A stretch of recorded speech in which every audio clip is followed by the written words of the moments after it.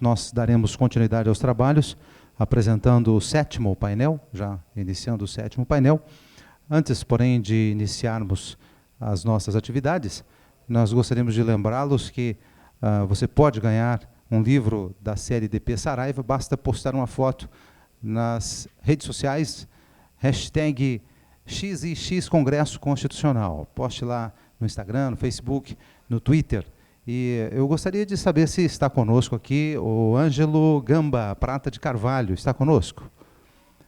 Ele postou uma foto, e essa foto foi considerada, acho que a foto mais criativa que chegou ali até naquele momento, e ele, então, eu tenho aqui para ele alguns livros. Ângelo, está conosco? Ok, depois voltamos a chamá-lo.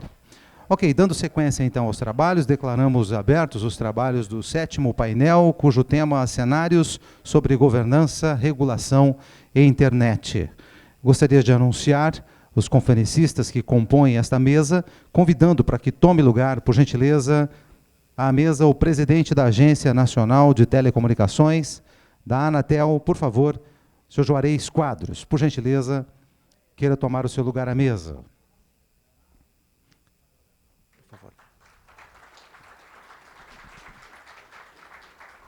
Convidamos também para que tome o seu lugar à mesa o professor doutor da Universidade de Brasília, professor Alexandre Veronese.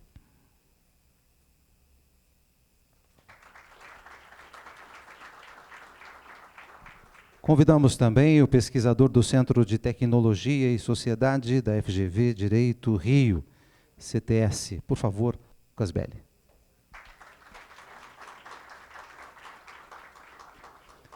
Convidamos ainda o professor doutor da Universidade Federal do Mato Grosso, o FMT.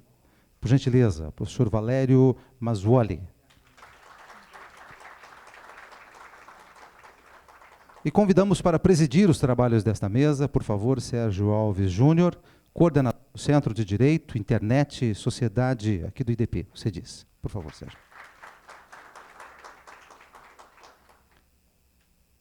Senhores, queiram, por favor, se assentar. Senhor presidente, o senhor tem a palavra. Boa tarde. Com grande satisfação que eu dou início aos trabalhos do auditório, agora no nosso 3º dia de congresso. Para mim, em particular, esse painel é uma grande satisfação de ter a oportunidade de moderar. É um pouco de abuso da minha parte estar sentado com esses colegas aqui, alguns com tantos anos de experiência. E esse é um painel que a gente trata de regulação de internet, de governança de internet, regulação no seu conceito mais amplo. A gente tem uma mesa bastante representativa e com muitos anos de experiência. Em particular, a gente vai começar com o presidente da Anatel, o senhor Juarez Quadros, que tem um histórico no setor vindo de telecomunicações de muitíssimos anos. Nós aqui somos todos neófitos, e que recentemente assumiu a agência. Sem mais delongas, a gente tem o dia longo ainda pela frente. Se o senhor presidente puder dar sequência. Obrigado. Muito obrigado a todos. Boa tarde. Eu serei breve, são apenas com conteúdo 8 transparências, né? Porque uma é a capa e a outra é o muito obrigado, como sempre. Obrigado pelo convite a aqui estar. Eu vou, inclusive, começar a minha apresentação tentando ser o mais breve possível, mas para chegar na internet eu vou começar bem antes da questão da internet, puxando a Constituição Federal de 1988. A próxima tela, por favor. Acho que o senhor está aqui o controle. Aqui. Deve ser. Não sei se de baixo. Para ter a setinha aqui, por favor. Acho que vai aqui. Não, está certo. Acho que... Se o senhor quiser tomar o púlpito, talvez, e apontar para lá. Não, mas aqui vai bem. Tá ok. Bom, se nós olharmos a Constituição de 1988, lá no artigo 21, dizia, então, do que competia justamente à União, né? no inciso 11, o que era disposto, que era, então, explorar diretamente ou mediante concessão a empresas sob controle estatal, aí já vem o destaque, né? Ou seja, na época, então, o regime era estatal, das operadoras, os serviços telefônicos, telegráficos, de transmissão de dados e demais serviços públicos de telecomunicações, assegurada aí a prestação de serviços de informações por entidade de direito privado através da rede pública de telecomunicações explorada pela União. E em 1995, então, por meio de uma emenda constitucional, que é a de número 8, esse artigo foi modificado para explorar, no inciso 11, explorar diretamente ou mediante autorização, concessão ou permissão os serviços de telecomunicações nos termos da lei, ele chamava, então, uma lei, que disporá sobre a organização dos serviços, a criação de um órgão regulador, detalhe, então, a Anatel, criada nessa disposição da Constituição Federal, ela é já mencionada na Constituição Federal Brasileira. A criação de um órgão regulador e outros aspectos institucionais. Bom, então vem a Lei Geral de Telecomunicações, prevista na lei, e justamente no artigo 60. Eu vou chegar daqui a pouco na internet, né? Então, o artigo 60 define o que é serviço de telecomunicações, com parágrafos. Eu vou no parágrafo primeiro, logo específico, que telecomunicações é a transmissão, emissão ou recepção por fio, radioeletricidade, meios óticos ou qualquer outro processo eletromagnético de símbolos, caracteres, sinais, imagens, sons ou informações de qualquer natureza. Em seguida, então, a lei dispõe sobre o que é serviço de valor adicionado, justamente no artigo 61. Serviço de valor adicionado é a atividade que acrescenta a um serviço de telecomunicações que lhe dá suporte e com o qual não se confunde novas utilidades relacionadas ao acesso, armazenamento, apresentação, movimentação ou recuperação de informações. Depois, no parágrafo 1º, também é disposto de que o serviço de valor adicionado não constitui serviço de telecomunicações. Ou seja, já tem, então, aí a definição que o serviço de valor adicionado, como é dito no jargão nosso do setor, é o SVA, ele não é serviço de telecomunicações, classificando-se seu provedor como usuário do serviço que lhe dá suporte com os direitos e deveres inerentes a essa condição.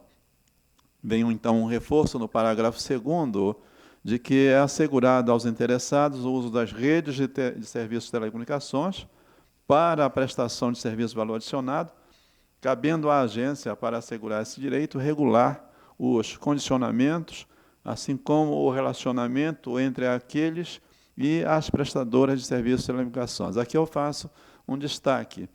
Vocês podem notar, então, na interpretação desse parágrafo 2º, de que o que cabe à agência? Cabe à agência assegurar o direito, regular os condicionamentos, e o que é interessante aqui do destaque é o relacionamento entre aqueles, ou seja, os que prestam serviço de valor adicionado, e as prestadoras do serviço de telecomunicações. Mas à frente eu vou usar essa disposição do parágrafo 2º do artigo 61. Bom, então a lei. A lei, eu aqui faço a menção, porque a lei é uma lei de 1997, né? Mas essa lei eu aqui faço a menção de que ela foi uma boa solução para as questões presentes até a década passada, quanto à ordem institucional, econômica e tecnológica. Mas aí agora já vem a questão da internet. Notem lá na projeção de que em 1997 a banda larga era 0, ou seja, não havia nenhum acesso à banda larga ainda permitindo qualquer conexão a nós brasileiros. Lá fora, em alguns outros países, já se apresentavam acessos à banda larga, não com todas as velocidades e que hoje estão disponíveis. Então, em 97, o que havia eram 17 milhões de telefonia fixa e menos de 5 milhões de acessos de telefonia celular. Então, como se diz lá no caput da tela, né, de que a lei foi uma boa solução para as questões presentes até aquela década lá passada, mas o crescimento da internet em um ritmo cada vez mais acelerado, ele gera e vai gerar mais ainda o que está agora em destaque no mundo todo, né, que é essa disrupção econômica via justamente toda a transformação tecnológica que impacta, né, toda a estrutura, tanto legal quanto as de campo regulatório. Tanto que o que justamente aqui em agosto de 2016, o que se tem no Brasil, 42 milhões de acessos de telefonia fixa, porém, esse serviço está diminuindo ano a ano, ou seja, está havendo uma redução da quantidade de acessos. No celular, lá de 1997, com 4,6 milhões de acessos, justamente agora, em agosto de 2016, no Brasil, nós estávamos com 252 milhões de acessos. E a banda larga, já em 2016, com 222 milhões de acessos, considerando-se tanto os acessos com a rede fixa quanto os acessos com a com telefonia celular. E aí já vem agora esse mundo daquelas marquinhas ali, né, Facebook, Yahoo, não sei o quê, Twitter e tudo mais, tudo sendo suportado justamente em cima desses acessos. Então, é importante aqui para vocês notarem o que está acontecendo em termos de transformação tecnológica, com muita inovação tecnológica, né, e um impacto muito forte em todas as estruturas legais e regulatórias, e não só no Brasil. Esse acontecimento ele é notado no mundo inteiro, e os entes reguladores, ou seja, as agências, no mundo inteiro, sendo levadas a reboque, ou seja, é o que eu costumo dizer de que a inovação regulatória ela está sempre a reboque da inovação tecnológica. Se você for olhar o FCC nos Estados Unidos, que é a agência reguladora que existe lá desde 1942, né, eles enfrentam o mesmo problema. Se a gente vai à Europa, junto à comunidade europeia com seus órgãos reguladores, e mais há um ente regulador central na Europa para essas questões todas, todos vivendo o mesmo problema. Então, chegamos aqui rapidamente no que eu chamo de um ecossistema digital. Com uma visão por camadas, é possível observar que tem várias camadas aí, né, nessa linha horizontal, mas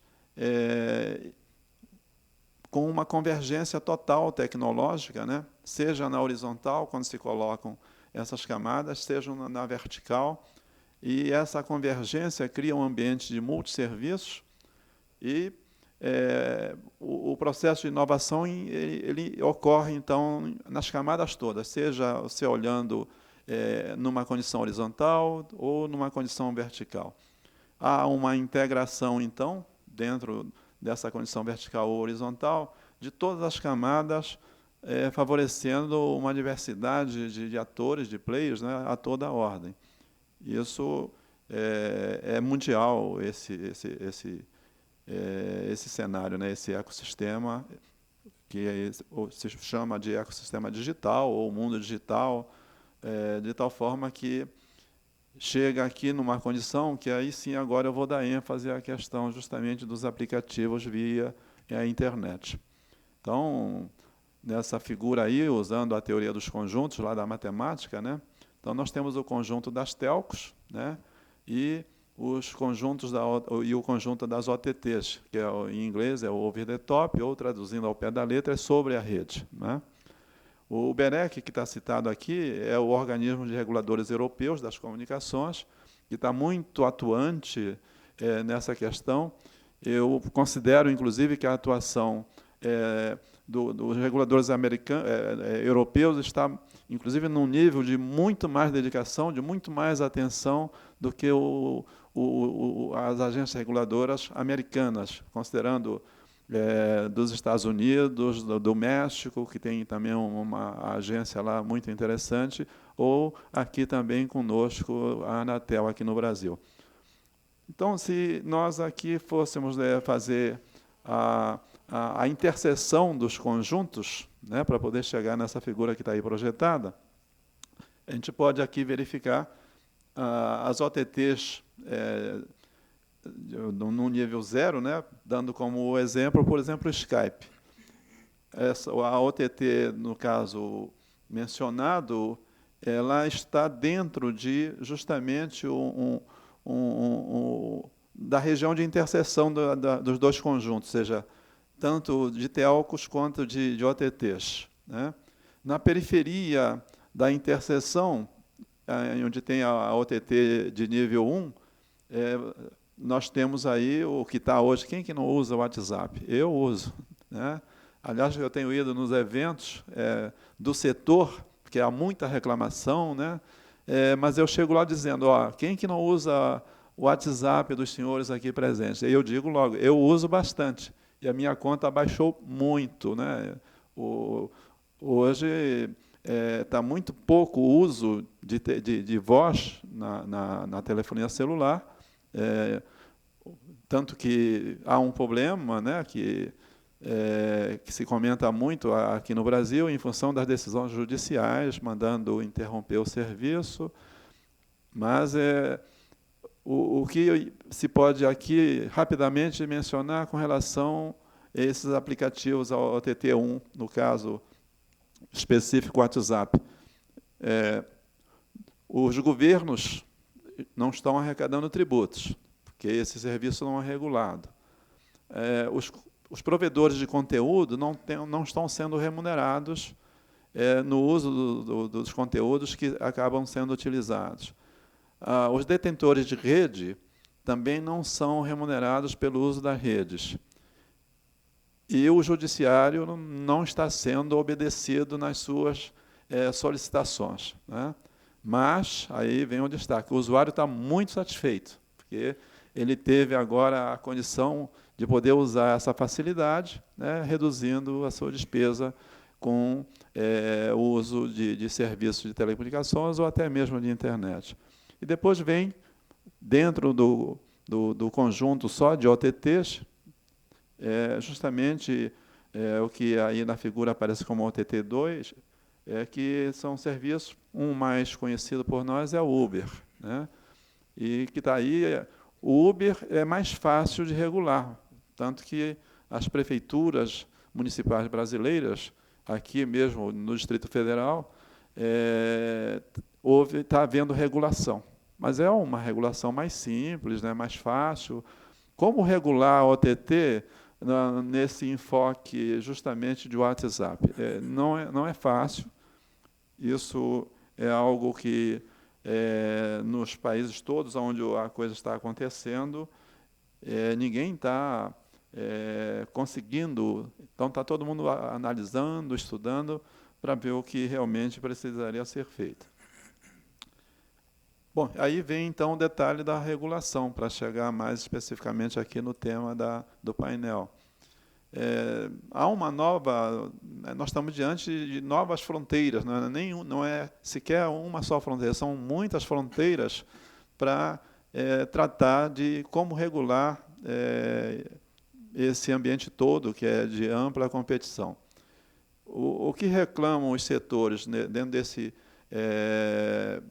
do conceito aí do level playing field, é que eles entendem que o jogo está numa plataforma inclinada, né?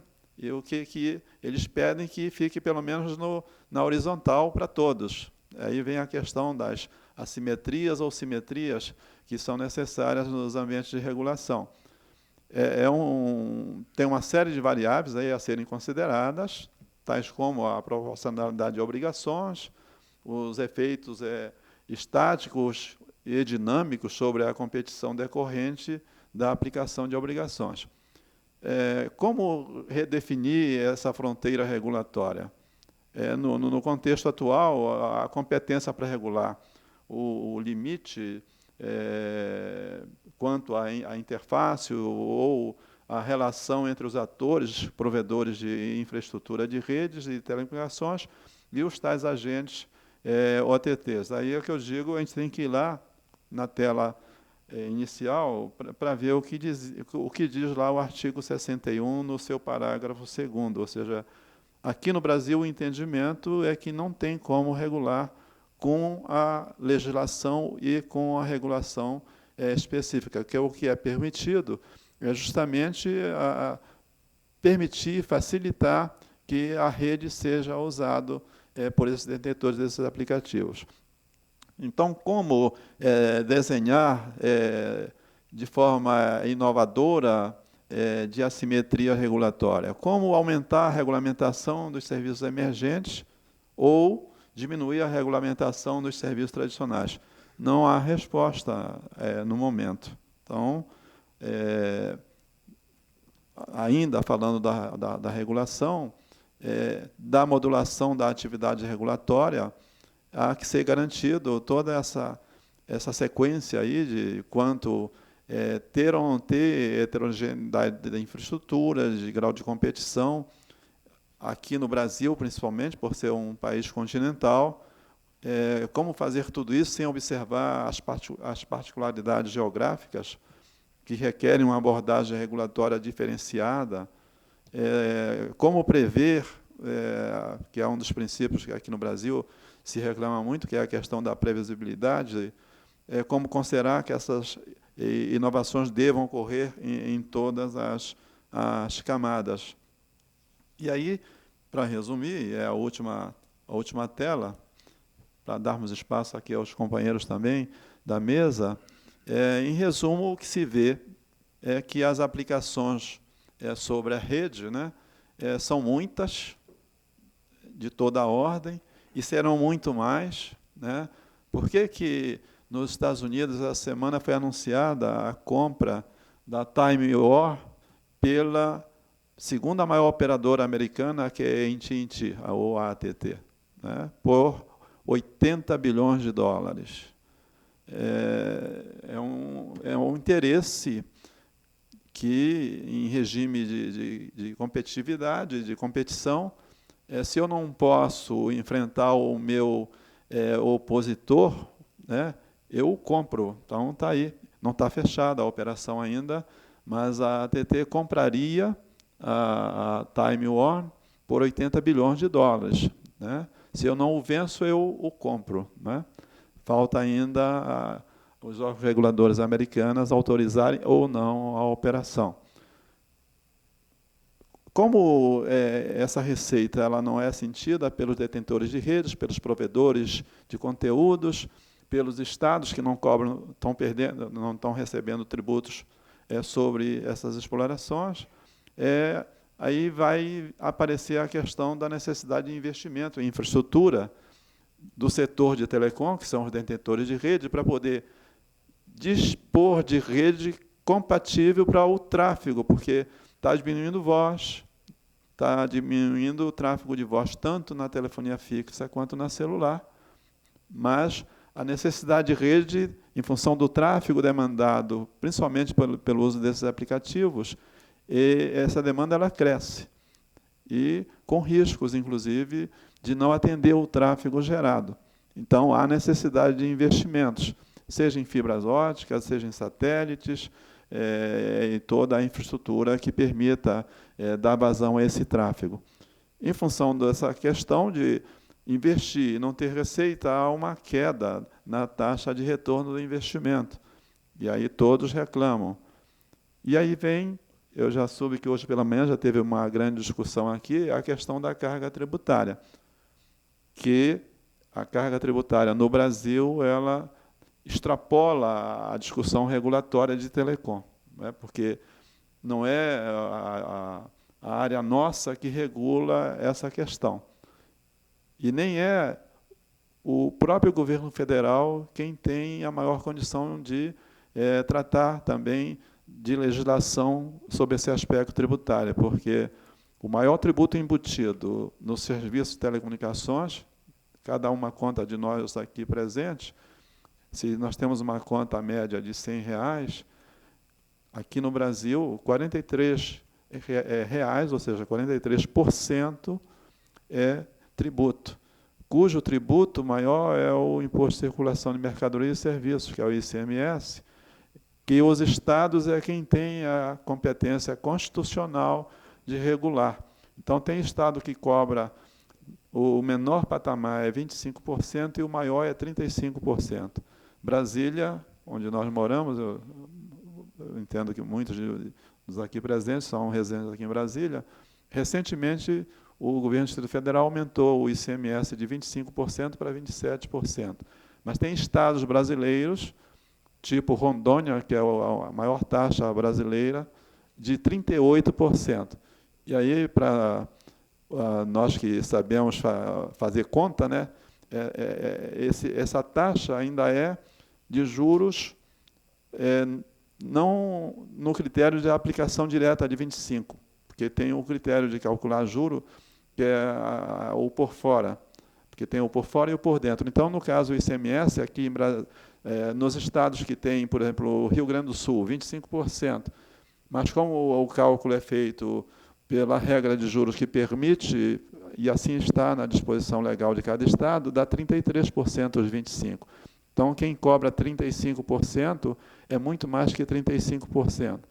Então, o maior tributo hoje no Brasil ele é de âmbito estadual, e quem regula são os governos estaduais.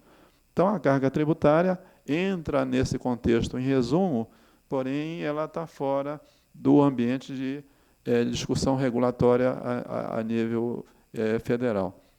Então, senhores, essa era a apresentação que me cabia aqui, dentro desse contexto, para mostrar onde é que nós estamos. Eu acho que não sabemos, né? Há necessidade, sim, de ver tudo o que está acontecendo. Não é algo só nosso, é um momento mundial em função dessa tecnologia que passa por muita inovação a toda hora, não é nem a todo dia, ou a todo mês, ou a todo ano. E eu agradeço, então, aqui a atenção dos senhores. Muito obrigado.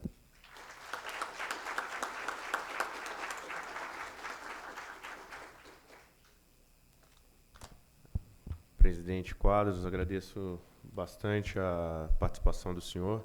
Acredito que a contribuição, de fato, se encaixa muito bem nos painéis, no contexto de alguns dos outros painéis também que nós temos levado. Esse painel da tributação foi levantado aqui hoje por alguns dos palestrantes, como que a questão tributária afeta diretamente o nível concorrencial, o level playing field, que foi como o senhor citou. E é uma das questões que certamente vão ser enfrentadas no contexto amplo de políticas de economia digital no país. Acredito que seja um desafio todo próprio, tendo sido ministro das Comunicações, hoje está como no papel de presidente da Anatel. Seja muito bem-vindo. Vou passar a palavra agora para o professor Veronese. O professor Veronese ele é professor adjunto da Universidade de Brasília, professor doutor, e, por favor... por favor, o púlpito. Inclusive, se os senhores preferirem apresentar de lá, sintam-se à vontade.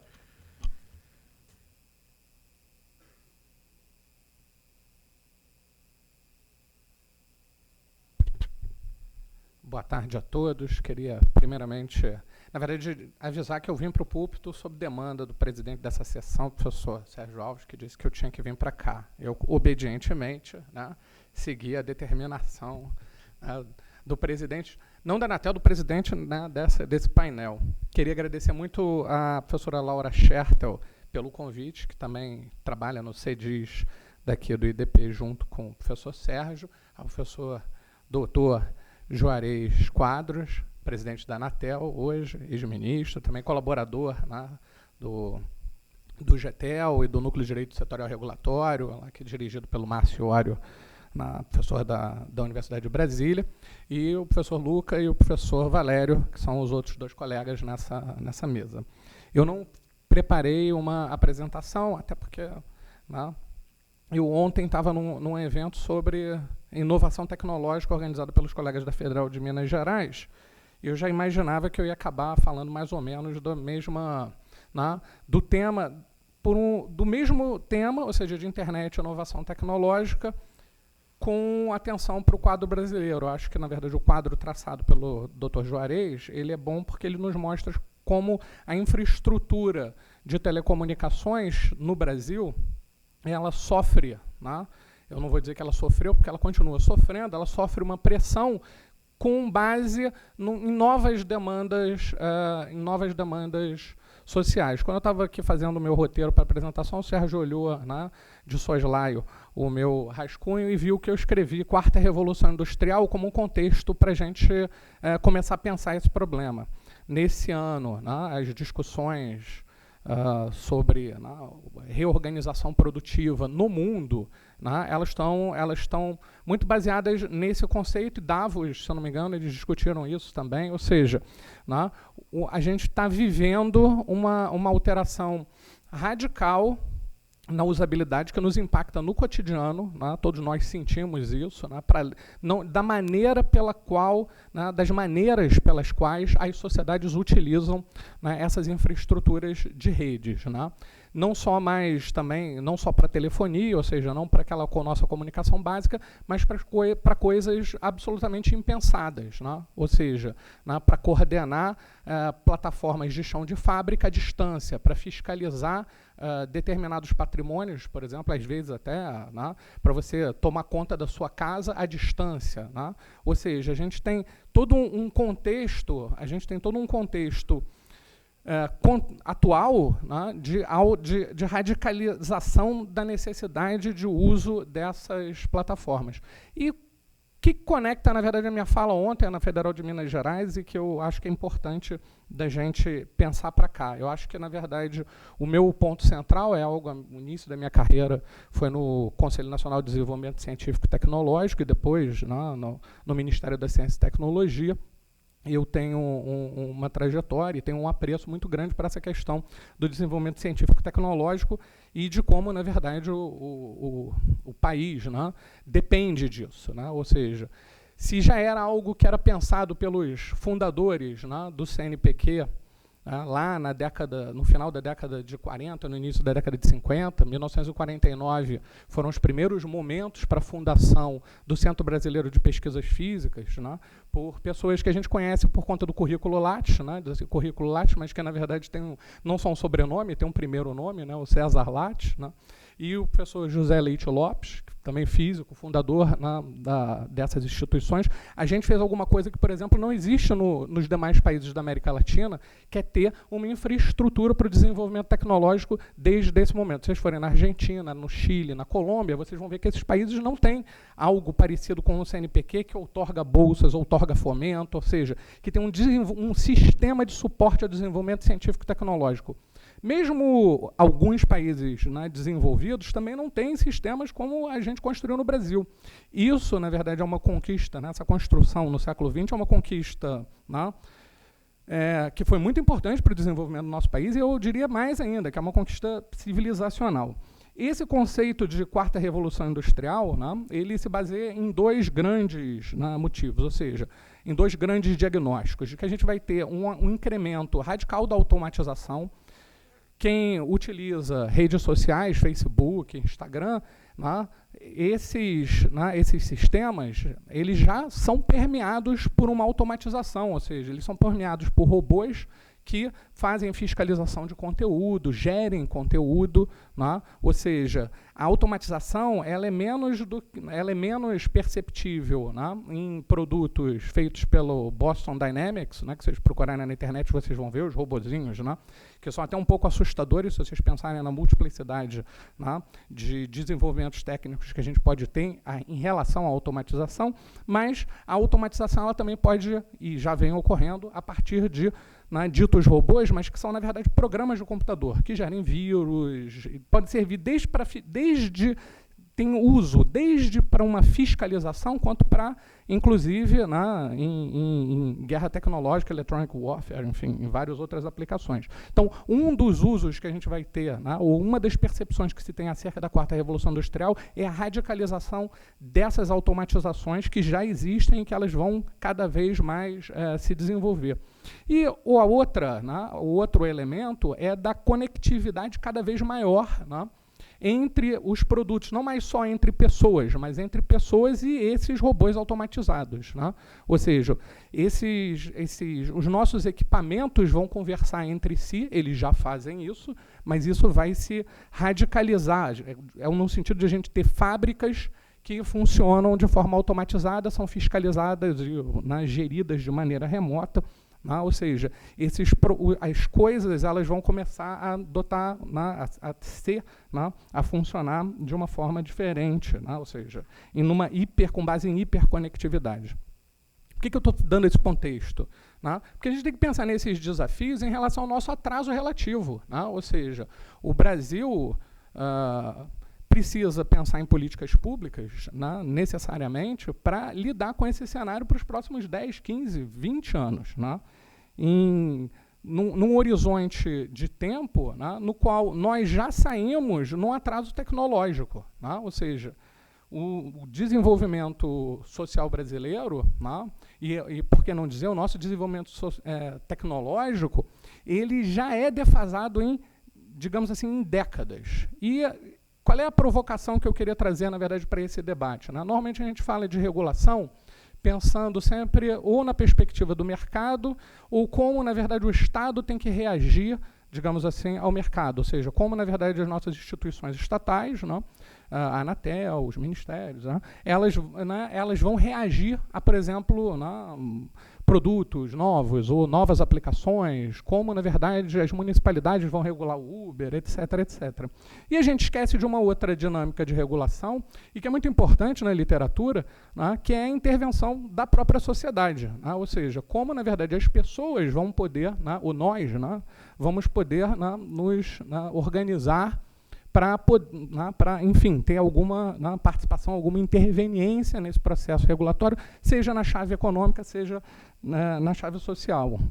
Nesse sentido, o que eu queria resgatar, eu acho que esse é um ponto importante, eu resgato isso basicamente de dois autores, do Manuel Castells e do Zittrain, que depositam alguma esperança numa auto-organização da sociedade para que essa sociedade possa intervir dentro desses diversos processos. Então, o Zittrain, por exemplo, resgata a história da internet, que é uma rede que tinha tudo para dar errado. Ela tinha tudo, absolutamente tudo para dar errado. Ela funcionava com base em protocolos inconstantes, ela não tinha um investimento, digamos assim, determinado. Ela não foi criada num laboratório de uma instituição, ela foi criada, na verdade, pela colaboração de diversos interessados, que muitas vezes doavam o seu tempo livre, muitas vezes doavam e doam o seu tempo livre para desenvolver esses sistemas, para fazer a manutenção desses sistemas, para gerir sistemas de domínio, para organizar os recursos críticos para o seu funcionamento. E o Zittrain pega essa trajetória e diz o seguinte: olha, bem, a gente tem que entender que existe uma vanguarda de pessoas capacitadas e a gente tem que dar força para que esses nossos colegas, para que eles continuem, como a Internet Engineering Task Force, ou seja, para que essas pessoas possam intervir. E o receio que ele e outros autores vêm localizando foi que depois da abertura da internet comercial, esses grupos de usuários tecnicamente capacitados e militantes, que eles têm perdido um pouco de força nesse debate com o aparecimento ou com o fortalecimento da atuação das empresas e, de outro lado, dos estados. Isso, digamos assim, no mundo americano ou nas democracias europeias ocidentais. O que eu acho que é importante da gente pensar no Brasil? Pensar, na verdade, como a gente, e como a gente não, na verdade, e diagnosticar como a gente não pensou, ou como a gente não criou políticas públicas no Brasil, não só para o desenvolvimento tecnológico em si, mas principalmente para capacitar as pessoas para que elas pudessem ser mais do que né, elas pudessem ser usuários tecnicamente capacitados para utilizar esses recursos de internet, ou seja, para que, além de utilizar bem um Facebook, um Instagram, que elas pudessem, por exemplo, programar ou reprogramar esses sistemas. Por que isso é importante? O Manuel Castells ele divide, né, as pessoas nessa sociedade em rede em basicamente duas pessoas. Né? Pessoas que têm capacidade de programar e programar e reprogramar esses sistemas, né? Ou seja, atuar de uma forma qualificada utilizando esses recursos críticos, que vão se tornar mais dramaticamente competitivos numa quarta revolução industrial, e outras pessoas que desenvolvem trabalho genérico, né? Ou seja, algo que, num livro chamado A Corrosão do Caráter, o Richard Sennett já localizava, né? De ver a perda do sentido do trabalho das pessoas, por exemplo, com base num determinado conhecimento específico, porque esse conhecimento específico ele se tornava absolutamente obsoleto e ele era, pela automatização, tornado, na verdade, irrelevante. Então, por exemplo, para dar um exemplo tirado do Sennett, né, ele via os padeiros. Né, ele dizia, olha, para ser padeiro antigamente, você tinha que ser uma pessoa que dominava aquela técnica de misturar farinha com a água, com a manteiga, enfim, com leite, e conseguir fazer a massa e preparar aquilo de uma forma equilibrada e não queimar o pão, e por aí vai. E que, contemporaneamente, isso tudo é irrelevante, porque, na verdade, o padeiro ele precisa saber ler um manual e, né, apertar as teclas e tirar o pão e colocar o pão ali. Ou seja, que o trabalho de padeiro, e num sentido mais, a gente pode dizer até pós-durkheimiano, né, o ser padeiro não significava mais fazer parte de uma vida social ou de um grupo social, que eram as pessoas que faziam, né, uma artesania com os pães, na atividade de panificação. Esse quadro, ele, na verdade, tem a tendência de se migrar para todas as atividades, e não se iludam, inclusive para a advocacia, não é isso? Né? Para a advocacia, para a atividade judiciária, para as atividades administrativas de uma forma geral. Né? Ou seja, e aí vem o ponto que eu acho que é central. Se a gente não identifica isso, ou não localiza, que hoje talvez a questão crucial das políticas públicas do nosso país, né, seja investir na formação e na capacitação, por exemplo, dos nossos jovens, para que eles possam se tornar programadores e não trabalhadores genéricos, né, sim, isso vai ser absolutamente dramático e prejudicial para o nosso futuro. Se a gente pensa, por exemplo, né, que talvez fosse mais importante, né, dentro de um colégio, no primeiro e segundo grau, que a gente estivesse ensinando os nossos estudantes a falar inglês, a programar linguagens de computação e ter um conhecimento mais, né, denso em matemática, do que propriamente em outras disciplinas. A gente agora, no contexto no Brasil, está se discutindo uma reforma educacional. Assim, eu posso estar completamente enganado, mas eu não vi nenhuma discussão sobre capacitação tecnológica no âmbito da nossa reforma educacional. Né? E eu continuo achando isso, né, esse é um ponto absolutamente central para o desenvolvimento do país no futuro.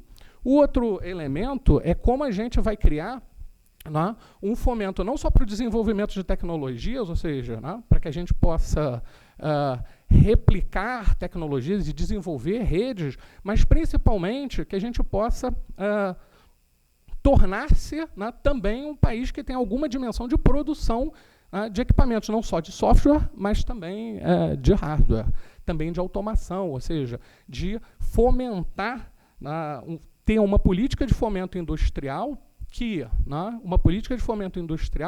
que localize, né, não só... Porque inovação tecnológica, né, que a gente fala muito, inovação tecnológica não se confunde com invenção. Uma coisa é, na verdade, inovar um sistema produtivo. Se eu importo um equipamento da China que conserta sapatos, né, que me ajuda a consertar sapatos, que eu antes fazia de forma artesanal, eu, na verdade, estou inovando aquela cadeia produtiva. Né? A inovação tecnológica ela pode se dar também pela compra de um equipamento externo. Mas, na ponta, na frente, né, desse sistema, o que a gente precisa, em termos de inovação tecnológica no Brasil, é um bom investimento para que, nessas renúncias fiscais, nesses subsídios que são de grande monta no país, que eles sejam melhor alocados para que a nossa indústria possa se tornar uma indústria, né, competitiva. No início desse ano, foi sancionado o marco legal da ciência e tecnologia, que, na verdade, atualiza a lei de inovação tecnológica, que já era bastante antiga, se eu não me engano, é de 2004, né? Ou seja, passou bastante tempo. A lei de inovação tecnológica ela não gerou os efeitos que a gente imaginava, ou seja, de interação entre indústria e universidade. O nosso cenário, infelizmente, ele ainda é razoavelmente o mesmo, mas eu imagino que é absolutamente central também que a gente coordene não só os subsídios, né, como eu falava, né, que a gente tem via MIDIC, via CEPIM, né, renúncias fiscais para a área de fomento industrial, mas também que a gente combine eles com fomento tecnológico e, consequentemente, né, também com essa discussão de capacidade educacional.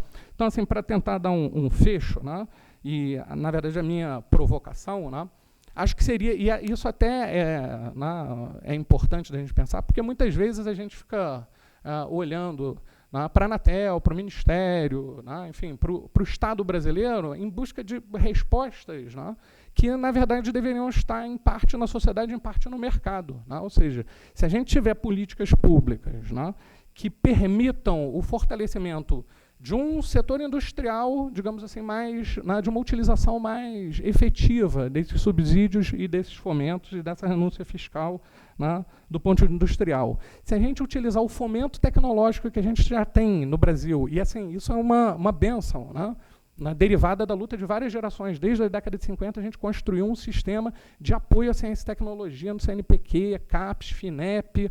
Hoje a gente tem uma empresa que é a Embrapi, ou seja, isso reverberou na criação de centros, como o CPQD da Telebrás, do SEMP. Se a gente pegar essas boas experiências e adicionar às universidades, que a gente também tem uma plataforma de universidades no país hoje, que eu diria que é invejável em relação à América Latina, em relação aos outros países em desenvolvimento. Se a gente pegar isso e conjugar com políticas, imagina, se a gente pega tudo isso e conjuga com uma boa reforma educacional que vise resolver esse problema e que tenha como seu foco principal capacitar, ou dar os instrumentos para que as pessoas possam elas se tornarem agentes e intervenientes e construtores de novas tecnologias, eu acho que a gente, num menor tempo, a gente consegue suprir os mais ou menos 40 ou 50 anos de atraso tecnológico que a gente tem em relação a essa questão. Porque na atual... E vê, por que eu estou falando isso? Se a gente olha, por exemplo, para um país como a China, a China fez esse dever de casa. Não é isso? A China fez esse dever de casa. A gente não pode, na verdade, se colocar numa dimensão onde a gente acha que, na verdade, fazer esse tipo de salto, apesar de a gente estar numa crise econômica e de tudo, que a gente fazer esse tipo de salto que é algo impossível. Se a gente, na verdade, se colocar nessa posição de que fazer esse tipo de salto tecnológico, de melhorar as políticas que a gente já tem e que outros países da América Latina não têm, não é isso? A gente, na verdade, vai estar se condenando a um verdadeiro a um atraso endêmico. Coisa que eu acho que, na verdade, não é compatível com... que, na verdade, aqui eu dedico esses 2 dias que eu fiquei falando sobre inovação tecnológica a esses 2 monstros sagrados da física brasileira, o José Leite Lopes e o César Lattes, o descobridor do Meson Pi, enfim. Que eu espero que vocês já tenham ouvido falar do nome dessas 2 pessoas antes do que eu ter dito isso. Se vocês não viram, vale a pena ir no YouTube e assistir o documentário Cientistas Brasileiros sobre essa história deles, sobre a história do CBPF, enfim, e mostrar como aquela geração da década de 40 e 50, movida por um ímpeto de autonomia, que acreditavam, e eu acho que esse sonho deles a gente tem que manter, acreditavam que é possível, sim, no Brasil, a gente ter uma indústria aeronáutica que produz avião. E nós temos, não é isso? Achavam que era possível que no Brasil a gente construísse um acelerador de partículas. E nós temos isso. Que a gente achasse que no Brasil era possível que a gente manejasse tecnologia nuclear com fins pacíficos. E, ora, nós temos isso. Ora, se nós, na verdade, tivemos e temos, e conseguimos construir com todas as dificuldades que, né, nós tivemos na nossa história, nos nossos séculos de história, né, a capacidade de, né, construir aviões, construir helicópteros, né, construir usinas nucleares, né, construir, né, equipamentos médicos com base em radioisótopos. E, né, enfim, por que a gente não conseguiria construir, na verdade, as condições para que a sociedade brasileira fosse mais interveniente no paradigma da quarta revolução industrial e intervisse de forma plena na regulação da internet. Enfim, na verdade, é essa provocação que eu coloco para vocês. Muito obrigado.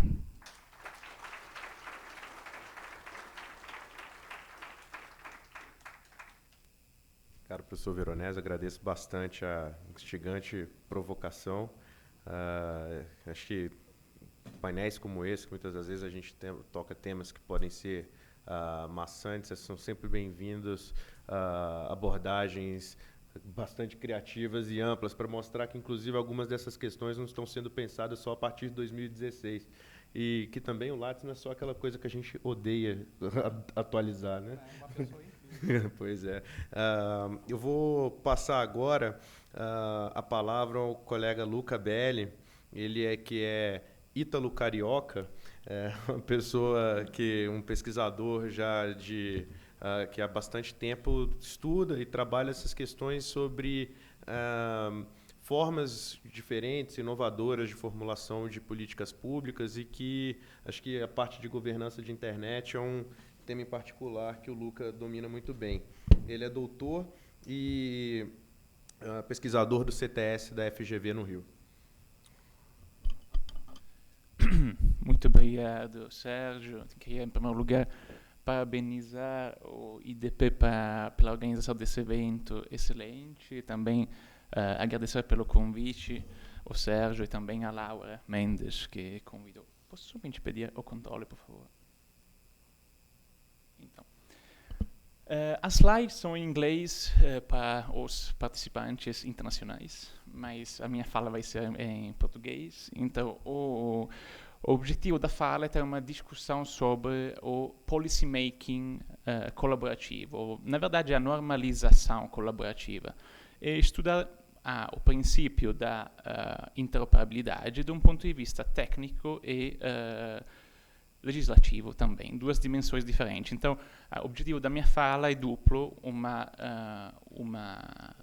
fala que tem uma finalidade substancial, debater a interoperabilidade, e também uma finalidade processual, ou seja, debater um princípio, um elemento fundamental do que eu chamo o direito consuetudinário da internet, ou seja, a participação do maior número de partes interessadas, de stakeholders, na elaboração das normas, das normas técnicas, bem como políticas.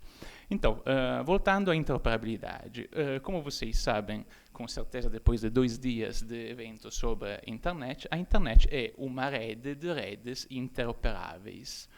O que significa, principalmente, que a interoperabilidade é baseada sobre a adoção de padrões técnicos compartilhados para todas as operadoras, todos os provedores, e esses padrões são adotados voluntariamente pelas operadoras e pelos provedores por causa da eficiência dos padrões técnicos, ou às vezes são impostos pelos reguladores das telecomunicações, como por exemplo a Anatel, no caso, por exemplo, da transição do IPv6, da IPv4, a quarta versão do protocolo IP, até o IPv6, os reguladores nacionais, como por exemplo a Anatel, desempenham um papel fundamental na estimulação dessa transição, então na adoção de um padrão técnico que talvez os atores do mercado não são um pouco reticentes a adotar, e nesse caso o regulador desempenha uma função essencial na promoção da adoção. Porque a interoperabilidade é essencial no interesse público? Porque permite a qualquer usuário de ter acesso a uma rede e de compartilhar informações, de utilizar serviços, apesar da sua localização geográfica, apesar da operadora que está usando. Esse elemento é essencial porque é a base do direito fundamental à liberdade de expressão, porque a liberdade de expressão é a liberdade de procurar, compartilhar, receber informações, ideias, sem restrições, e claramente a interoperabilidade desempenha um papel fundamental na liberdade da circulação das informações e da inovação. Na verdade, no ambiente, no ecossistema digital, as ideias que qualquer pessoa tem a liberdade de circular, receber livremente, são inovação, podem ser pelo menos inovação. E, finalmente, de um ponto de vista econômico, de law and economics, a interoperabilidade reduz os custos transativos dos operadores. Então, quando você pode difundir serviços em qualquer rede, você não tem o custo de adaptar e qualquer sistema técnico é mais escalável, ou seja, é mais fácil expandir o sistema. O que acontece com os sistemas jurídicos, legislativos?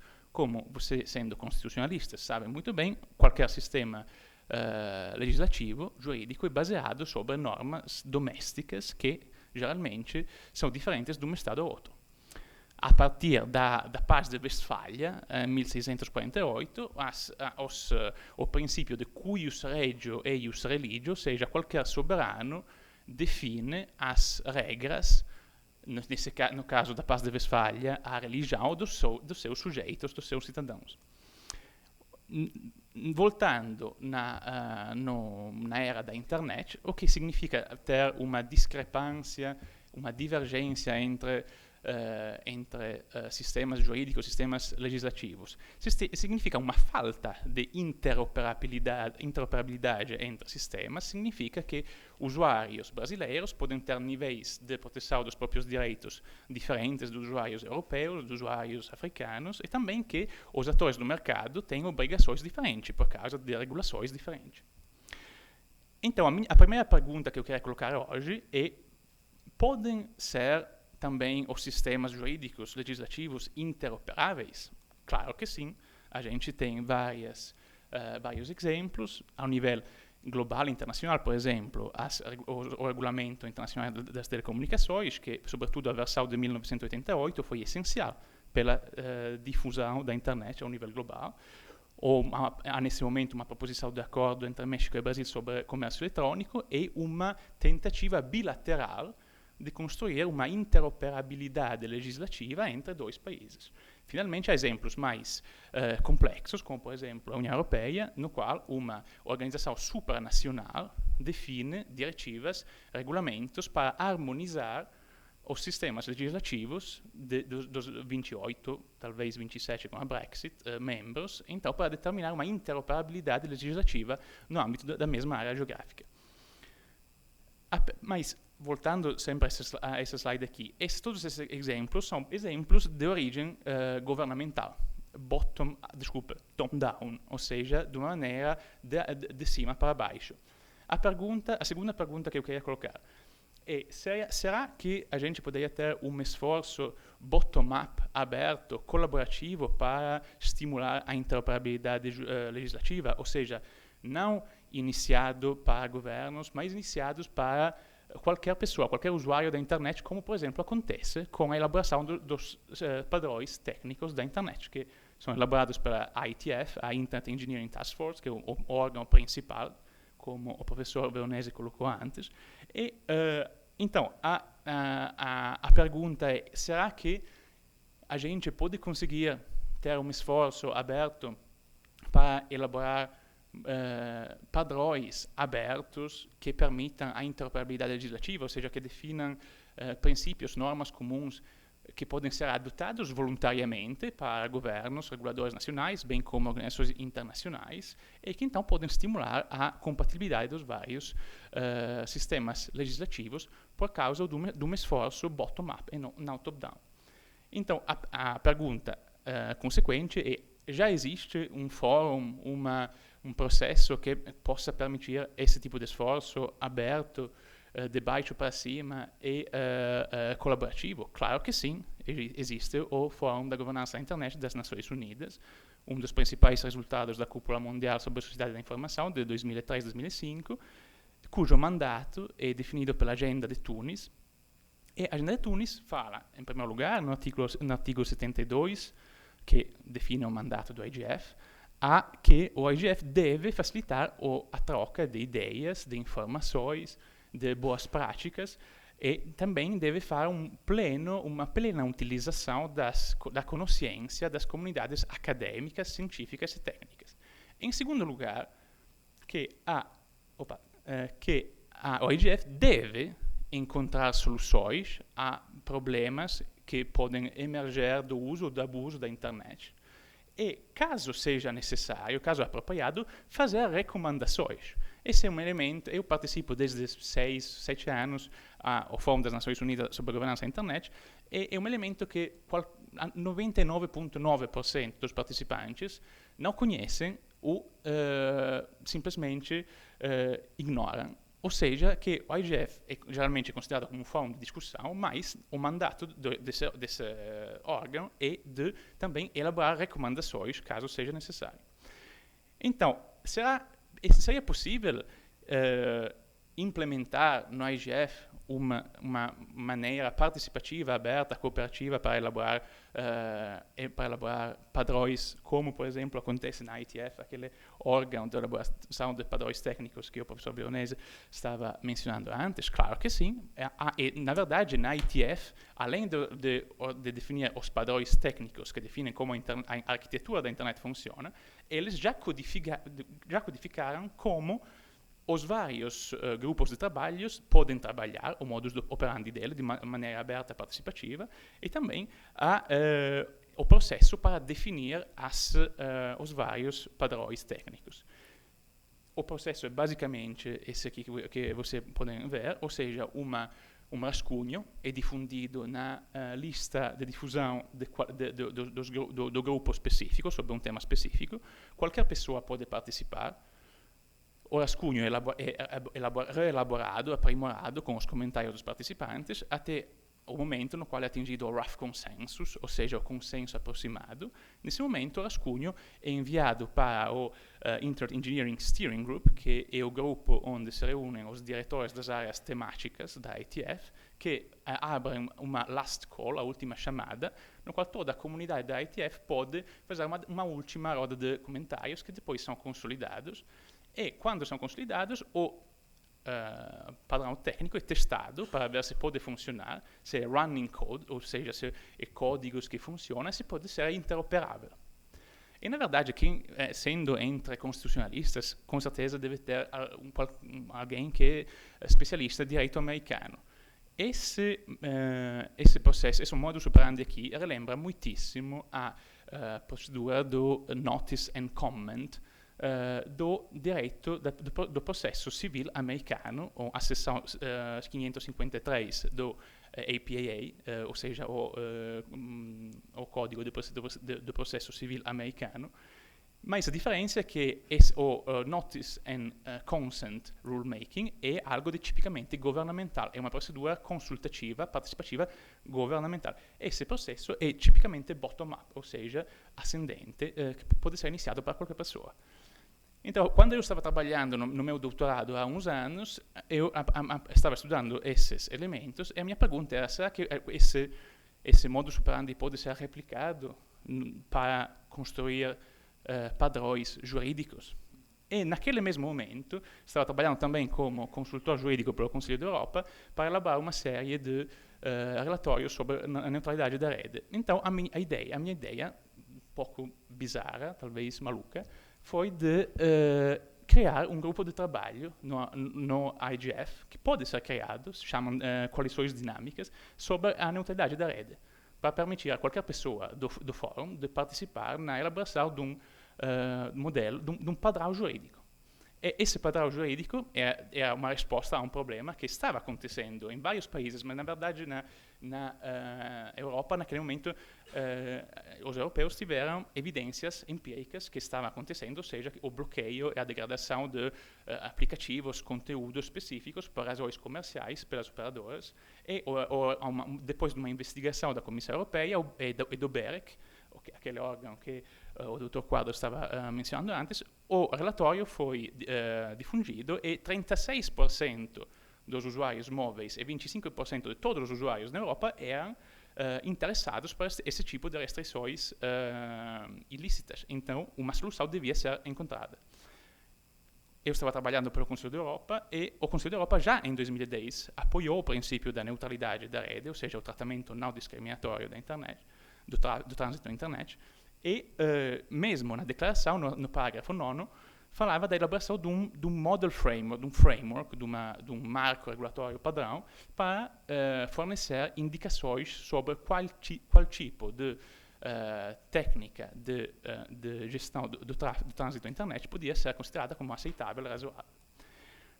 Essa ideia era em total conformidade com a jurisprudência da Corte Europeia dos Direitos Humanos, a partir dos anos 90, com o caso Autronic contra a Suíça, até a última vez que foi confirmado foi no caso Yildirim contra a Turquia em 2012, a Corte Europeia falou explicitamente que a liberdade de expressão não se aplica simplesmente ao conteúdo das informações, mas também às medidas de transmissão das informações, como, por exemplo, a gestão do trânsito na internet. Então, qualquer medida, qualquer restrição nessas medidas implica uma restrição na liberdade de acesso e de compartilhação das informações. Esse model framework, esse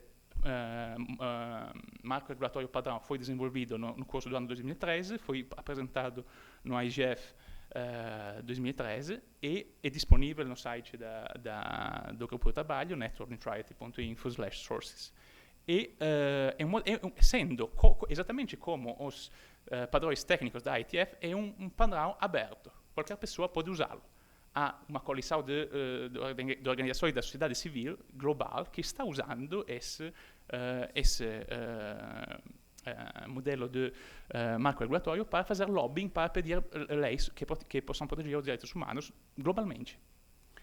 Foi incluído também no relatório final que apresentei com o meu coautor Matthijs van Bergen no Comitê sobre a Mídia e a Sociedade da Informação do Conselho da Europa. E a estrutura do padrão, do marco regulatório é basicamente isso, é como um padrão técnico, ou seja, tem definições simples. Inicia com a definição da neutralidade da rede como princípio de não discriminação, exceções ao princípio de neutralidade, que claramente não é um princípio absoluto, a aplicação a redes fixas, bem como de móveis, o direito a ter endereço público, um endereço IP público e único para permitir a difusão do IPv6, e limitar o uso do Network Address Translation, que é uma técnica de gestão que não é muito transparente para determinar problemas no que diz respeito à neutralidade da rede. Esse ponto foi o único que não foi muito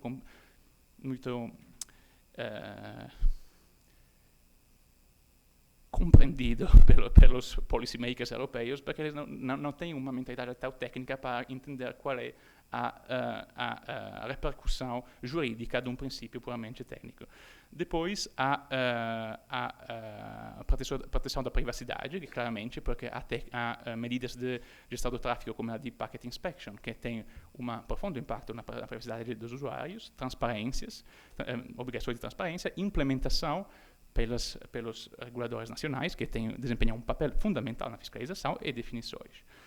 Elementos desse model framework são ainda hoje presentes, na verdade foram incluídos no regulamento sobre o mercado único das telecomunicações da União Europeia, mesmo depois de vários anos de contratação entre os vários órgãos da União Europeia, e são muito visíveis na recomendação do Conselho da Europa sobre a neutralidade da rede, que se inspira diretamente desse modelo e cujo objetivo é a interoperabilidade legislativa entre os membros do Conselho da Europa. Para ter uma conclusão otimista, eu acho que seja possível desenvolver um processo de interoperabilidade jurídica bottom-up, colaborativo, aberto. Acredito que a interoperabilidade jurídica seja extremamente desejável, por permitir aos usuários de vários países ter níveis de proteção dos direitos que sejam mais ou menos homogêneos, e também para reduzir os custos de transação das operadoras. E acho que o IGF seja uma plataforma ideal para desenvolver esse tipo de exercício.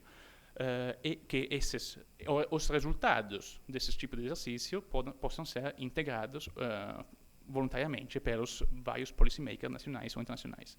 Esses elementos que eu apresentei podem ser encontrados também no meu livro de la gouvernance e la regulação da internet e no outro livro do qual sou coautor, que é o Net Neutrality Compendium. As referências são aqui, para quem quiser posso enviar a apresentação, e muito obrigado pela atenção.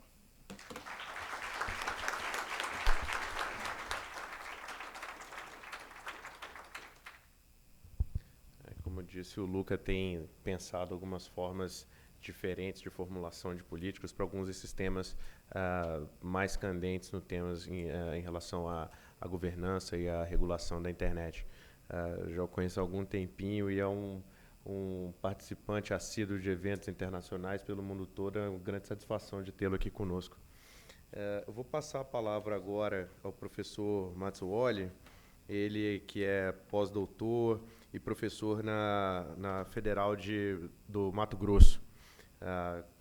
Sem mais delongas, professor, por favor. Bom, boa tarde a todos e a todas. É um prazer, uma imensa alegria. Queria cumprimentar a mesa, esse momento de estar participando desse evento tão importante que está discutindo talvez os rumos da regulação e da internet no Brasil, e sempre com a ligação com o direito constitucional e os direitos fundamentais, e também, por que não, aí na área da minha especialidade, com o direito internacional. Fico muito feliz de voltar aqui ao EDP, encontrar tantos amigos no auditório desde que eu cheguei, tantas pessoas tão queridas aqui que eu não via há tanto tempo. Para mim foi um motivo de alegria, está sendo ainda também. Espero compartilhar um pouquinho depois, até a minha volta para Cuiabá.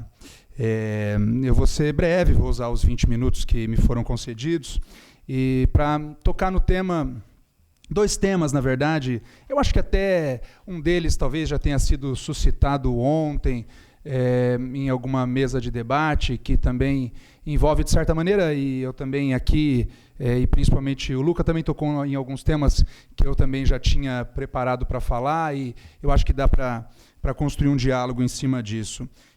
Dois temas que ligam muito é o tema das novas tecnologias e das redes sociais, das mídias sociais e da internet em geral, com o direito constitucional e também com o direito internacional e com a proteção internacional, evidentemente, dos direitos humanos, né? Dois desafios que eu acho que isso está sendo crescente no Brasil, e principalmente porque desemboca no Poder Judiciário, que é o poder que vai resolver esses temas e vai tentar lidar com todo esse mosaico informativo e esse mosaico de regulamentações nacionais e internacionais ainda em construção, ainda, evidente, incipientes, como já vimos. As normas de soft law não são tratados internacionais, tem ainda uma grande dificuldade para os estados implementarem, mas seria a questão das mídias sociais, né, e do seu papel e da sua regulamentação pela via do Poder Judiciário, e até o cerceamento da liberdade do cidadão de se comunicar na era dos direitos comunicativos, e também a questão da responsabilidade e também do cidadão e da sociedade em relação ao uso desse mundo oculto chamado internet, onde todo mundo está por trás de um computador e pode, então, gerar violações de direitos humanos de toda monta, e principalmente retomar fatos que vão levar ao direito ao esquecimento, e todas essas discussões que têm sido feitas no Brasil. Vou trazer alguns casos e para colocar esses problemas e colocar essas discussões em termos de desafios mesmo que têm chamado a atenção do jurista e do constitucionalista e do internacionalista em geral. Eu não tenho dúvida que nós estamos na era dos direitos comunicativos, e que os direitos comunicativos fazem parte dos direitos humanos. Os direitos comunicativos são direitos humanos e, portanto, a comunicação e a expressão de ideias e também o recebimento do conteúdo dessas obrigações tem um conteúdo bifronte, um conteúdo que vai e o conteúdo que tem uma volta também. E aí, então, nasce uma questão que os estados estão passando por isso, é que os cidadãos, cada vez mais, eles hoje tem a possibilidade de se insurgir contra a atividade estatal e, inclusive, no âmbito do direito do consumidor, prestar mais atenção naquilo que está acontecendo em termos de relação de consumo, discutir as questões que estão acontecendo nas relações de trabalho. No âmbito do direito internacional privado, isso está sendo implementado cada vez mais atualmente no mundo globalizado. Os cidadãos reclamam na internet, reclamam por aplicativos de lojas onde compram produtos que vêm com defeito. Isso chama a atenção do mercado. Nunca se preocupou tanto com a opinião pública e em relação ao consumo, porque isso, de uma certa maneira, chama atenção para as empresas da responsabilidade que têm, tanto no comércio eletrônico quanto ainda no comércio tradicional. E isso acaba impactando, de certa forma, os estados, e isso acaba impactando, de certa maneira, também o Poder Judiciário. Hoje em dia, chega-se ao ponto de países antidemocráticos, como, por exemplo, recentemente, alguns países africanos, e recentemente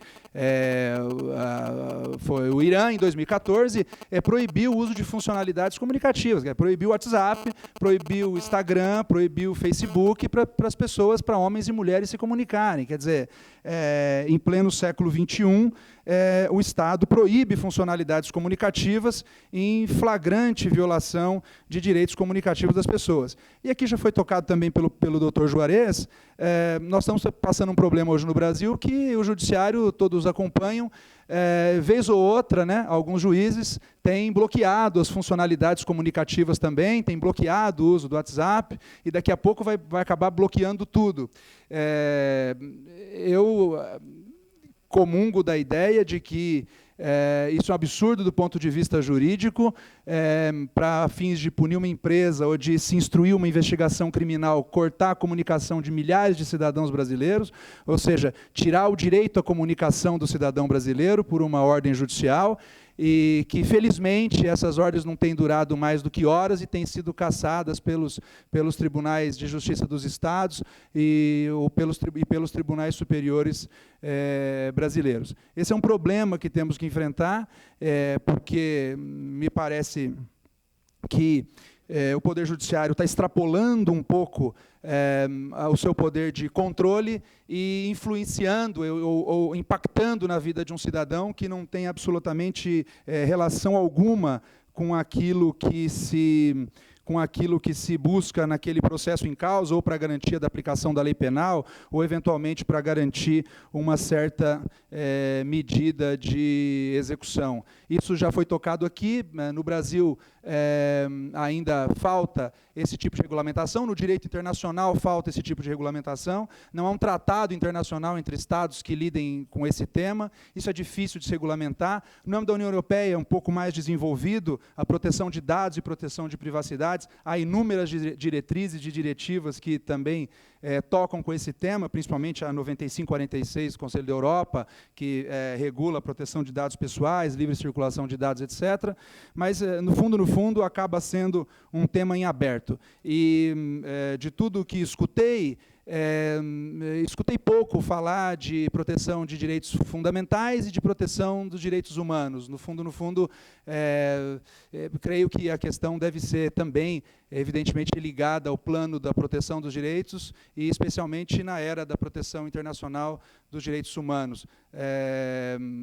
Tanto no âmbito europeu, Convenção Europeia de Direitos Humanos, ela regula as liberdades comunicativas, artigo 10, 12 e seguintes por aí, e no âmbito nosso também, no nosso mosaico protetivo interamericano, essas liberdades também são reguladas pela Convenção Americana sobre Direitos Humanos. Qualquer regulamentação que se queira fazer no plano do direito interno tem que respeitar os tratados internacionais de direitos humanos, que, segundo o próprio Supremo Tribunal Federal, são alocados no mínimo, no status supraconstitucional no Brasil. E eu tenho dúvida se as regulamentações que se fazem no Brasil passam pelo crivo do controle de convencionalidade das leis, ou seja, respeitam as normas internacionais de proteção dos direitos humanos. Esse é um ponto também que o controle do Estado ele tem que prestar atenção. Porque, no fundo, quando chegar no poder judiciário a questão, que é onde vai desembocar a coisa, o judiciário espero, dar a solução coerente na interpretação da hierarquia das normas no Brasil, especialmente os tratados internacionais de direitos humanos, que garantem amplíssima liberdade comunicativa para os cidadãos brasileiros. E eu realmente não sou economista, não sei como resolver isso na questão econômica, na questão tributária, mas à luz do direito internacional público é o absurdo dos absurdos proibir a comunicação de um cidadão e um magistrado negar que milhares de cidadãos brasileiros se comuniquem pelo seu aplicativo por conta de punir uma empresa, ou um motor de busca, ou o que quer que seja. Há outras medidas jurídicas para se fazer para se logre êxito no processo. E que, se não lograr êxito no processo, que se mude no Congresso Nacional as leis brasileiras e que tenha melhor execução das sentenças e das decisões judiciais, mas não prejudicando os direitos de todos os cidadãos. Esse é um ponto, um desafio que eu acho que merecia debate nesse evento. É inacreditável, já passou 15 minutos que eu estou falando. É um primeiro desafio e, enfim, não dá mais para falar muita coisa, que nós temos que resolver, e também é um tema que eu concordo que é um tema ainda em aberto, porque o direito internacional ainda não logrou êxito nesse tipo de regulamentação. O segundo que eu queria colocar, que é maior, mas eu vou ter que resumir, salvo engano, também ontem já foi suscitado, relativamente ao direito a esquecimento. Os direitos comunicativos são direitos bifrontes. É o direito de você buscar informação, ter informação, porém também receber ou ter o direito do impacto que essa informação pode te causar. É um direito que vai e volta. A comunicação ela tem esse nítido caráter bifronte, o direito de buscar, mas também o direito / responsabilidade de receber. E nesse segundo ponto é que se discute até que ponto viola a dignidade de um ser humano, ou viola os direitos fundamentais e os direitos humanos, e, portanto, sob o exame do controle tanto de constitucionalidade quanto de convencionalidade, notícias e veiculação de matérias e veiculação de reportagens que maculam a vida de uma pessoa ou de sua família. Uma pessoa, por exemplo, que foi condenada por um homicídio, condenada por uma violação de direitos e que depois de um longo processo judicial de 15, 20, eventualmente até 30 anos, fora absolvida na justiça. Será que essa pessoa precisa, ou será que ela tem que sofrer as consequências de uma reportagem televisiva de 30, 40 anos atrás, e que isso volta à tona num contexto em que a sua família já está reestruturada, e que ele tem filhos, e que ele tem netos, e assim por diante? A pergunta que o Direito Nacional de Direitos Humanos faz é, será? Esse caso veio à tona, acho que muitos daqui conhecem, quando, recentemente, o Tribunal de Justiça da União Europeia julgou o caso Mário Corteja González. O que aconteceu com esse cidadão espanhol foi que, e um caso muito simples, do ponto de vista jurídico até prosaico, não envolvia, segundo a nossa concepção latina, grande violação de direitos humanos, assim. Não era nenhum caso que envolvia tortura, desaparecimento forçados, violação de direitos de minorias, grupos vulneráveis, nada disso. O que aconteceu é que ele vendeu um imóvel em Madrid, na década de 70, 80, por aí, e esse imóvel acabou tendo uma dívida, o novo comprador acabou fazendo uma dívida tributária, e essa dívida tributária, por uma questão da escritura, do registro imobiliário, ainda ficou vinculado ao nome do proprietário anterior. E um belo dia, ele lendo o El País, ele viu o seu nome numa coluninha, até no meu livro, os direitos comunicativos são de maneira tão ampla que eu coloco até o link, né, para você clicar e ver o site do El País, numa coluninha à direita, dizendo assim que ele está sendo executado em tantos milhões de pesos, ou se era euro já, em suma, um valor tributário. Ele se sentiu extremamente ofendido, porque ele foi colocado ali no jornal, e a notinha minúscula, quem vê a página do jornal, aquelas notinhas bem pequenininhas, o nome dele estava lá. Dívida tributária do senhor tal em relativo ao imóvel na rua tal, de valor X. Pronto. E o que ele fez? Ele entra, então, com uma reclamação, e que, ao final, é conhecida e dado provimento no Tribunal de Justiça da União Europeia, contra a Google Spain, e o Tribunal de Justiça da União Europeia determina, então, que o motor de busca retire a informação. Não obstante estar num jornal impresso, a pessoa que teria o jornal impresso leria, mas esse jornal impresso da década de 80 acabou sendo pulverizado. Então ele jogava o nome dele no Google e a primeira coisa que aparecia é que ele era um devedor. E isso o atingia profundamente, porque, segundo ele, era uma pessoa que não devia os tributos e tal, e tal, e tal. E pronto, o Tribunal de Justiça da União Europeia mandou retirar esse conteúdo, e então, a partir daí, nasceu ampla controvérsia sobre o tema do direito ao esquecimento. Se pode também um tribunal, dentro desse cotejo entre liberdade de informação e dignidade do ser humano, mandar retirar de um motor de busca um certo tipo de informação que, de certa ou errada, teve uma determinada finalidade social em um determinado momento histórico. E, por exemplo, uma notícia de um crime que ocorreu na Alemanha, esse, no caso, Lebach, que foi julgado pelo Tribunal Constitucional Alemão, muito mais anteriormente, na década de 70, em que envolvia a morte de determinadas pessoas e a acusação de que aquele cidadão teria participado ali daquela execução, e ao final ele logrou êxito no processo, e anos e anos e anos depois faz-se uma reportagem sobre aquilo e se veicula a imagem do sujeito, o nome do sujeito, e as filhas viram, a esposa nova viu e os netos viram, e causou um grande constrangimento na família saber que houveram dentro do seu ambiente familiar um fato daquela natureza, e que, não obstante ele ter sido condenado, ele já estava completamente na Alemanha ressocializado. E o Tribunal Constitucional Alemão teve então que sopesar dois grandes pesos dentro do direito constitucional, ou seja, a liberdade de informação e a notícia que era útil à época, saber quem matou, quem não matou, e depois, se é útil à sociedade, uma notícia da década de 70, voltar à tona e prejudicar uma pessoa que já está... E trazer à tona toda uma lembrança, todo um contexto social e privado da vida daquela pessoa hoje, no momento, que colocaria a família dele em xeque e traria inúmeros prejuízos para a família, para os vizinhos, o comentário na cidade, o olho torto das pessoas na padaria, assim por diante, porque no fundo é isso que acontece, né? Então, que motivo social, que elan social, qual o motivo da informação de algo que já ocorreu e ser veiculado 40 anos depois? Qual a utilidade pública dessa notícia a destempo?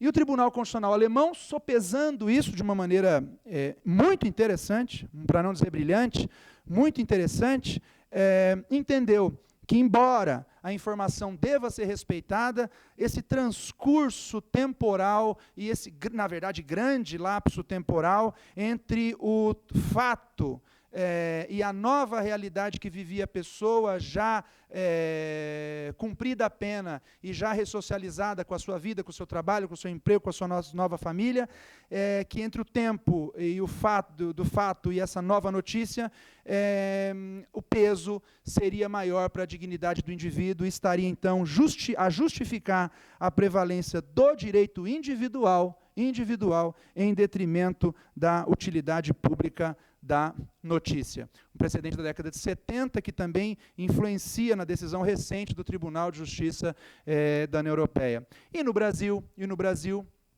o exemplo do famosíssimo e conhecidíssimo recurso especial 13.34.097, famoso 13.34.097, do STJ do Estado do Rio de Janeiro, que discutiu aquele programa da Rede Globo, Linha Direta Justiça, né, que também, depois de anos e anos do evento da chacina da Candelária, trouxe à tona novamente o programa ao ar, e numa reprise dos fatos que ocorreram, e isso também acabou, segundo o autor da ação, trazendo inúmeros prejuízos para si e para a sua família, inclusive filhos e netos, etc., que passaram a ser colocados numa situação no ambiente escolar e no ambiente familiar de absoluto desrespeito por um ato e um fato que teria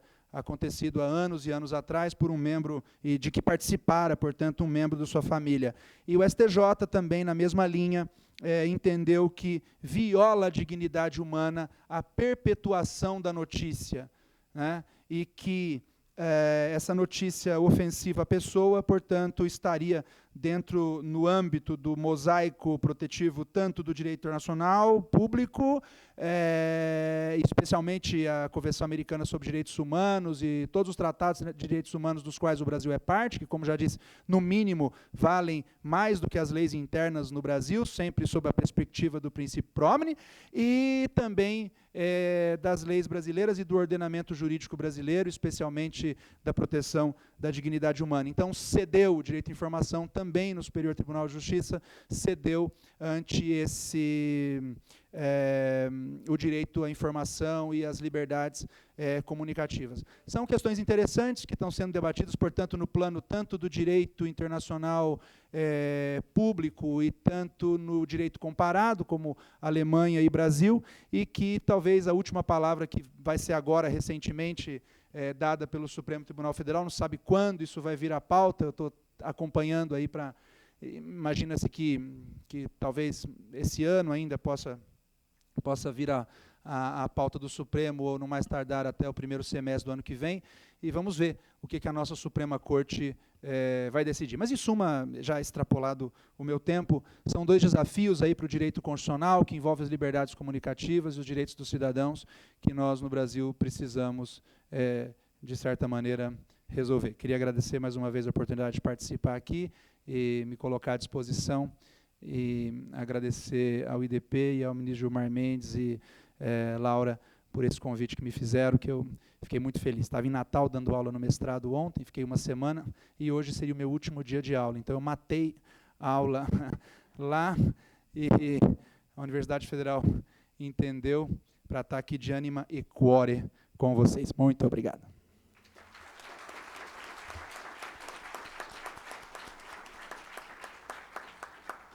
Eu acho que a gente aqui entende um pouco de matar aula, a gente compreende. Em nome do IDP, eu quero agradecer muitíssimo os participantes do painel, o Luca, que trouxe aqui a perspectiva, alguns temas sobre formas colaborativas de formulação de políticas públicas relacionadas à governança da internet. Essa visão ampla relacionada aos temas, a visão de direitos humanos, a abordagem internacional e do judiciário, do professor Mazzuoli, essa questão evolutiva de um marco regulatório que o presidente Quadros trouxe, envolvendo abordagens e visões sobre nascentes de telecomunicações e onde nós nos encontramos hoje. O Veronese, com esse contexto teórico e relacionados a políticas de inovação, para onde que o Brasil, no final das contas, deseja rumar. Apenas para fechar aqui o painel, eu queria registrar que esse evento ele ocorre em homenagem a um professor da Universidade de Brasília, falecido recentemente, 2 anos, e que se chama Igor Tenório. Ele foi um professor dos anos 70, de produção muito ampla, e que tem um livro que eu comprei há algum tempo no sebo, que se chama Direito e Cibernética.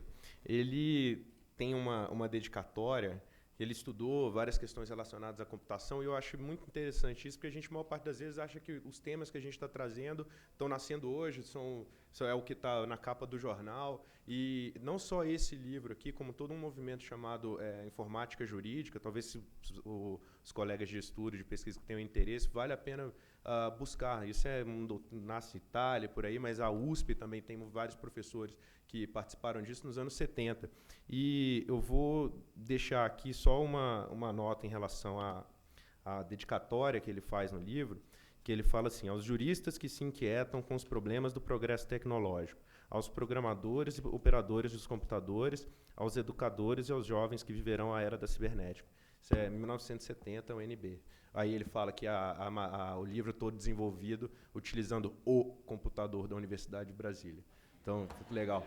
Obrigado, gente.